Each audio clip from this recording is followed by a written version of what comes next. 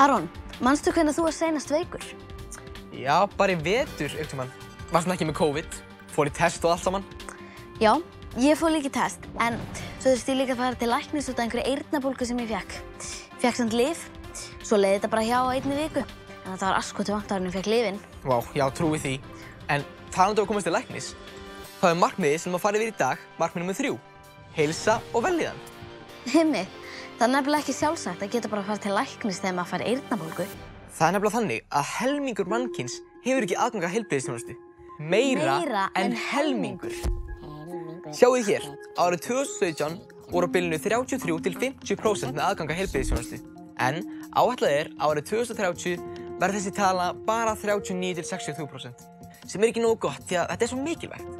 Já, það eru mannréttindi okkar að hafa aðgang að nauðsynlegri heilbrigðisþjónustu. En ástandið var einu sinni mun verra en það er núna. Þetta markmið tengist markmiði nr. 1 fátækt mjög mikið. Skoðum það aðeins.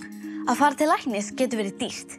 Sums staðar er það meira að segja mjög dýrt og ef einhverju fjölskyldunni þarf að leggjast inn á spítala eða leita til læknis getur reikningurinn verið það hár að fólk verður hreinlega bara fátækt af því að það þarf að borga svo ótrúlega mikið fyrir eitthvað sem ætti að vera nánast ókeypis. Já, árið 2015 er talið að kostnaður við heilbrigðisþjónustu hafi ýtt 90 milljón manns í sárafátækt. Svo góð leið til að útrýma fátækt er að tryggja allir hafi aðgang að heilbrigðisþjónustu sem er ekki of dýr. En það er nógu erfitt að halda með góðu heilbrigðiskerfi á Íslandi. Við getum ekki verið að eyða okkar tíma og peningum í heilbrigðiskerfi út í heimi. Ég ætla allavega ekki að pæla í þessu. Ekki þú þarna. Við getum sko alveg gert helling. Þó við Aron getum kannski ekki farið til Indlands að byggja spítala. Ekki akkurat núna. Kannski í framtíðinni. En það er alveg satt. Við getum gert helling. Til dæmis bólusett okkur fyrir alls konar sjúkdómum. Það fáum við það ekki. Til dæmis mislinga, hettusótt, rauða hunda, barnaveiki, stífkrampa, mænusótt og fleiri. Þetta er allt bólusetningar sem við fáum þegar við erum lítil. Og þessi sjúkdómar finnast nánast ekki hér á landi. Ekki lengur. Svo er það auðvitað andleg heilsa okkar. Hún skiptir líka máli. Við erum að vera góð við hvert annað, koma fram við annað fólk, eins og við viljum láta koma fram við okkur sjálf. Já, það er nefnilega hellingur sem við getum gert. Ekki stríða, segja frá að vera að stríða öðrum, hlusta á vini okkar ef þeim líður illa og tala við ykkur ef okkur líður illa.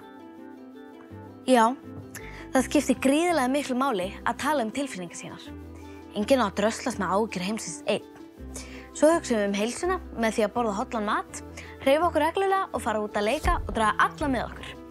Vá, við erum búin að færast heldur betur nær heimsvídjunni í dag. En það er eitt í viðbót sem við getum gert og fengið mömmu og pappa til að hjálpa okkur við. Það er að styrkja hjálparsamtök sem vinna við það að bólusetja börn í þeim löndum sem er ekki aðgengi að heilbrigðisþjónustu, til dæmis í flóttamannabúðum. Ein bólusetning kostar sirka 25 krónur og það getur bjargað lífi. Það er ekki neitt! Ég fer í málið.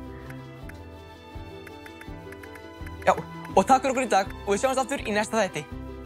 Já, þú er að hringja.